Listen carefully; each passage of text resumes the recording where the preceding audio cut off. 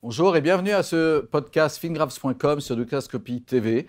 Aujourd'hui, nous allons revoir notre vue cross-asset sur les prochaines semaines.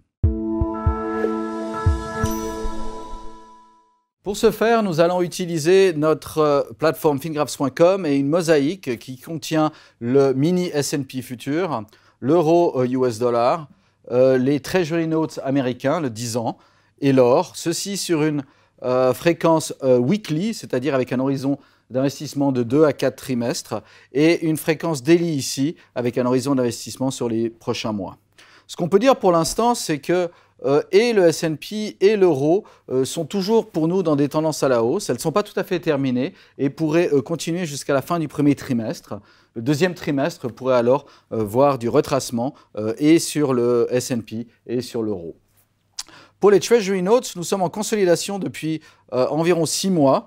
Il nous semble que d'ici la fin du premier trimestre, on devrait pouvoir trouver un support et voir un rebond durant le deuxième trimestre. Sur l'or, une situation similaire, aussi une consolidation ici depuis environ 6 mois. Le support pourrait venir un peu plus rapidement, peut-être vers la fin de ce mois-ci. Et aussi là, on s'attend à une reprise de la hausse qui pourrait faire des nouveaux plus hauts ce printemps. Nous allons maintenant les regarder en détail.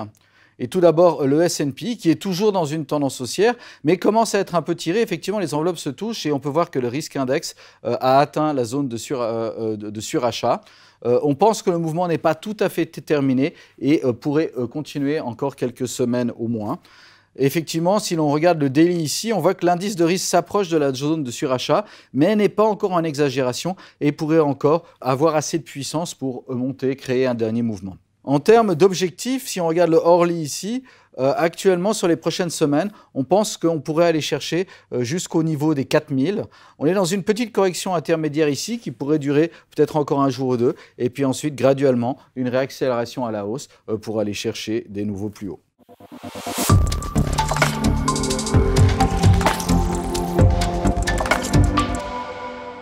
Sur l'euro, suite à 2 ans de baisse qui étaient en rapport avec la plupart des facteurs cycliques, on a vu un très fort rallye depuis le mois de mars. Ce rallye a progressé jusqu'à presque titiller les plus hauts qui ont été faits ici en début 2018, autour de 1,24, 1,25. Pour l'instant, le daily nous semble encore être à la hausse. Il a fait une correction intermédiaire ici au mois de janvier. Il semble vouloir repartir. On peut voir ici que l'indice de risque qui était suracheté est bien redescendu et semble se repositionner à la hausse. Nous pensons que les objectifs raisonnables à ce stade, c'est d'aller chercher un petit peu plus haut vers la résistance des plus hauts de début 2018, qui est effectivement autour de 1,24, 1,25. On s'attendra ensuite, au deuxième trimestre, à avoir une consolidation sur l'euro, consolidation qui pourrait sans doute nous ramener vers les 1,20 et potentiellement dans cette zone de consolidation ici entre 1,20 et 1,16. En attendant, on a commencé à réagir ici la semaine dernière, un premier mouvement intéressant mais qui a trouvé de la résistance aux alentours de nos targets correctifs à la hausse. Donc on pourrait voir un petit peu plus de travail ici ces prochains jours, mais on pense que d'ici le milieu, fin de la semaine prochaine, on devrait pouvoir passer au-dessus de ces niveaux qui sont autour de 1,2170 et pouvoir attaquer des nouveaux plus hauts d'ici la fin du trimestre.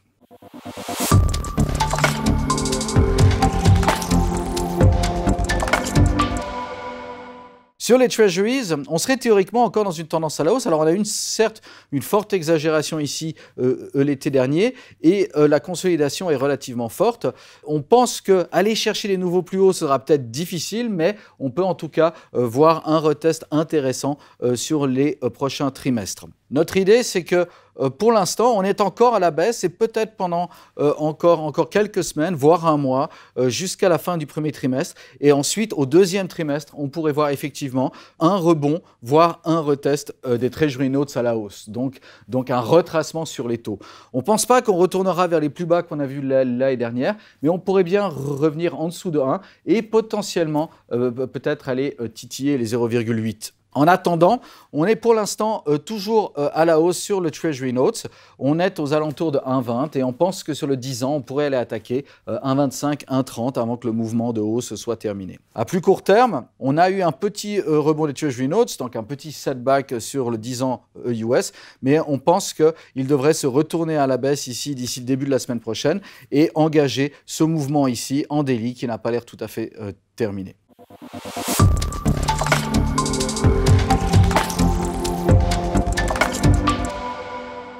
Enfin, sur l'or, on pense qu'on est toujours dans une tendance haussière. Le risque index est effectivement sous la zone de surachat et aurait encore de la place pour monter.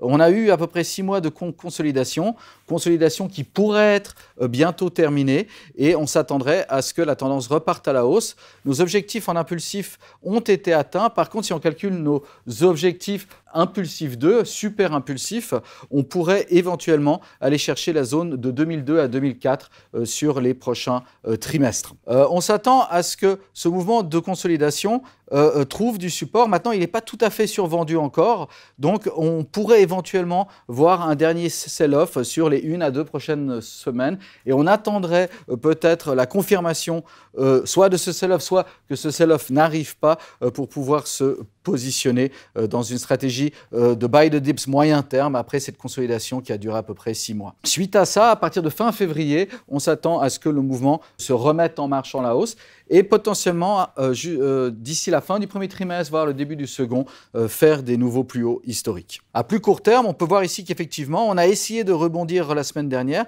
que ce rebond pour le moment ne tient pas vraiment et qu'on pourrait aller retester à la baisse ici. Ce graphique n'est pas très différent de celui qu'on a sur le Orly sur l'euro. Sur l'euro, on pense que ça va tenir et donc on ne pense pas que ça devrait vraiment aller beaucoup plus bas sur l'or, mais on veut juste se laisser une fenêtre de 1 à 2 semaines juste pour avoir suffisamment de confirmation.